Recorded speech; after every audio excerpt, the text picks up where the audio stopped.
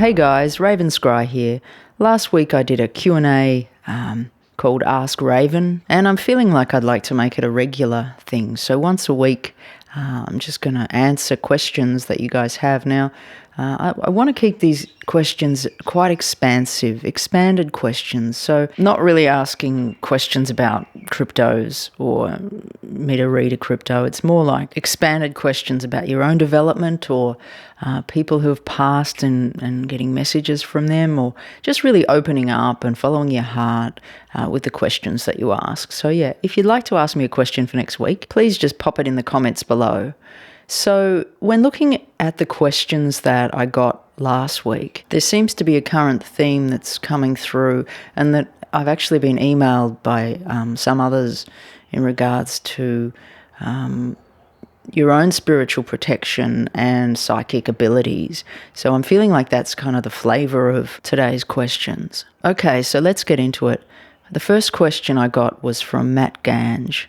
He says, "Hi Raven, can I ask you for a tip on developing psychic abilities?" A tip.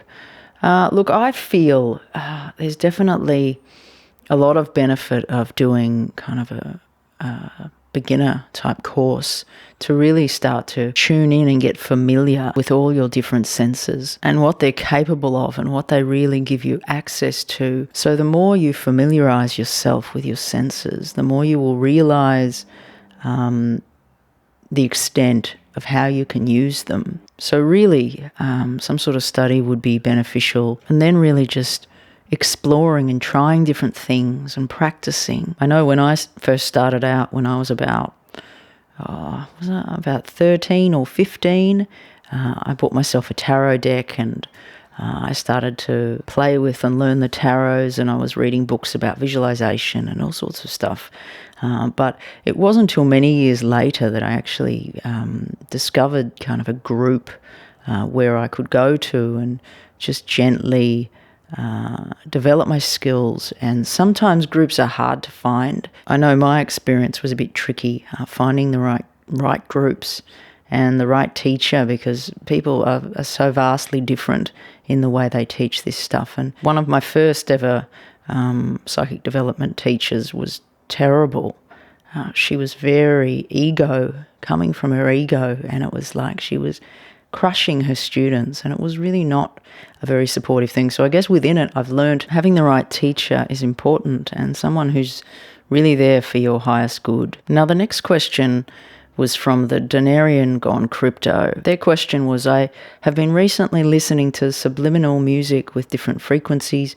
Also, I have tried using tarot cards, and I have a pendulum, but I'm nervous about connecting with the pendulum to spirit without knowing what I'm doing. I meditate using the Metatron prayer. Is that enough to protect me, or can you recommend somewhere where I can learn more about expanding and protecting me prior to using these tools?" As I connect to your question, I really feel the importance of fun in this. And again, just exploring your abilities. Now, within your protection, it is very important to find what resonates with you in regards to protecting your space, protecting your energy as you explore your gifts and enter some of the higher realms. So you mentioned the Metatron prayer. Look, if it resonates with you, I'm sure that's wonderful. I feel like strong intention, spoken intention is key with this type of work, and really getting to know your own self and your own energy. So when you feel that there's an energy that's coming in that is not yours, you can decipher the difference between you and it. But yes, really speaking to your highest intention for positive connection in your process. So something along the lines, gently opening the space, centering yourself, opening the space, and connecting to spirit and welcoming your spirit guides close for the highest intention of you and your evolution with your work, and for any energies that are in your space that you have not welcomed forth or that do not serve your highest good to leave your space now. So something along those lines, putting out a strong intention when you do your work, and also really familiarizing yourself with some being, enlightened being, whether it be angels, whether it be deities, whether it be God, Jesus, whatever you feel has a resonance of light and an energy that you trust, for the good of you and your evolution. So familiarizing yourself with them and connecting with them. And sometimes that might take a little while of exploring different things. You might be like, I don't feel this one so much as that one, but just following your heart with that. I know that recently I'm really working strongly with the archangels for protection in my work. So them really inviting them close when I do my work to protect the space. So don't have any kind of weird, strange energies coming in as I'm reading. And believe me, they try to. And so it's a fine art of being able to decipher between your highest source and negative energies that are coming in, not serving your higher purpose. So the more you familiarize yourself with your own energy and the energies of light that you're working with, when other ones come in, you'll go, oh, that doesn't feel right. You'll be able to tell the difference. Okay, the next question is from Maciek T. How do we connect with our own spirit guides? I feel that a great way to connect to your own spirit guides is to do it through meditation or a guided visualization, and gently kind of ask to meet some of your spirit guides. It also helps to express your desire to connect with your spirit guides, so they can hear you. And whether you do that through your thoughts or just speaking gently in your own space, just speaking to spirit and saying, hey, I really want to meet my guides. So you're putting out a strong intention for them to gently try and come into your space, because the more you connect with that space, the more they'll listen and enter. And to start with, they may enter in really small ways, like you might just notice something small that's changed, or something appears where it wouldn't before, or something speaking to you through something someone said, or like there's just small ways that they will start to enter into your space, because they really are gentle. They don't want to shock you or freak you out. And if they do come in with an energy that's scary and not feeling good, well, then it's probably not one of your spirit guides. It could just be an interference of some being that's wanting to play, and they either will be mischievous or they've got some other kind of agenda, but they will never enter your space in an uncomfortable way if they are there for your highest good. Now, because this theme keeps coming up, this theme of protection and this theme of spirit guides, I'm feeling I may do a couple of videos of a short meditation to be able to connect you guys to working with your own guides and working with your own protection. I feel it's very important.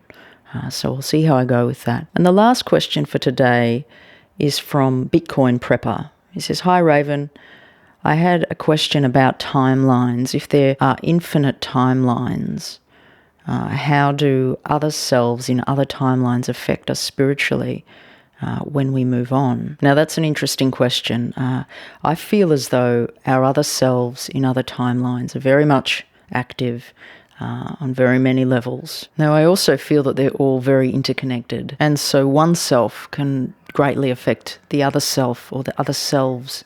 And also in some of the journey work that I do, where you go and you connect with your other selves in other lifetimes, other dimensions, and in other timelines. Certainly not the same as ours here.